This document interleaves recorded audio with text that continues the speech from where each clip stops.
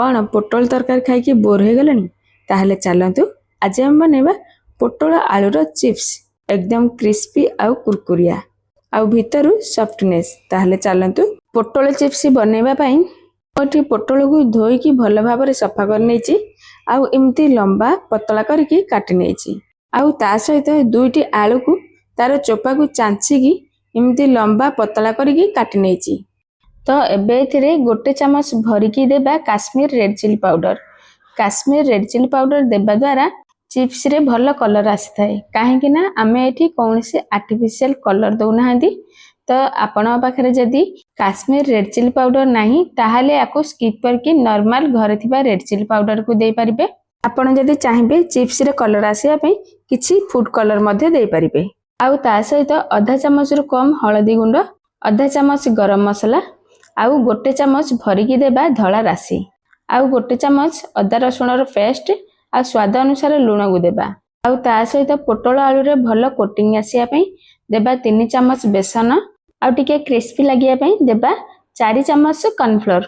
Eighty बेसन अपेक्षा cornflour मात्रा टिके अधिक देबे जहा द्वारा चिप्स भल क्रिस्पी हे परिबो।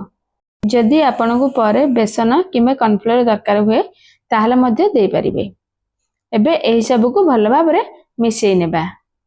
ध्यान रखिबे एथिरे बिल्कुल भी पानी देबेनी काहेकि ना एही सब को आमे भल भाबरे मिसेई नेले ऑटोमेटिक परिवारु पानी बाहरी जिवो। देखंतु एही सब एबे भल भाबरे मिसी गलानी आउ यार कोटिंग मध्ये टिके पतला अछि। एमति टिके पतला रे ही कोटिंग करले चिप्स खाइबा पई भल लागि थाए। तो देखंतु मते टिके एथिरे कलर कम लागिला तो सेथि पई मु एथिरे आउ आधा चामच रेड चिली पाउडर को देकी याको भल भाबरे मिसेई नेबी। आपनको जदि मो वीडियो देखिया पई भल लागु थाए ताहले वीडियो को लाइक करिवे, शेयर करिवे। जदि चैनल रे नुआ छंदी सब्सक्राइब करिया पई जम्मा भी भूलिए नाही। तो देखंतु एही सब एबे भल भाबरे मिसी गलानी। एबे याको साइड करनेबा आ चलन जिबा नेक्स्ट स्टेप को। तो मु एठी छानिया पई तेल को गरम करनेची। एबे एथिरे मिसेई रखिथिबा पोटल आउ आलू को देबा। एठी गैस रो फ्लेम को हाई रे रखिकी चिप्स को छानिबे। मन रखंतु पोटल आलू देबा संगे संगे ही आकु उल्टेबे नाही, गोटे मिनिट छाड़ी की उल्टेबे जहा द्वारा पोटल आउ आलू गोटी गोटी होईकी बनिबो। तो एबे आकु उल्टेई की आउ 2 मिनिट पई टिके छानी नेबा। तो देखंतु 2 मिनिट एबे हे गलानी आउ पोटल आलू मध्ये क्रिस्पी हे गलानी। एबे आकु बाहर कर नेबा। तो पोटल आलू चिप्स एबे रेडी हे गला। आकु आपण गरम भात किबा पखला भात सहित खाइ परिबे।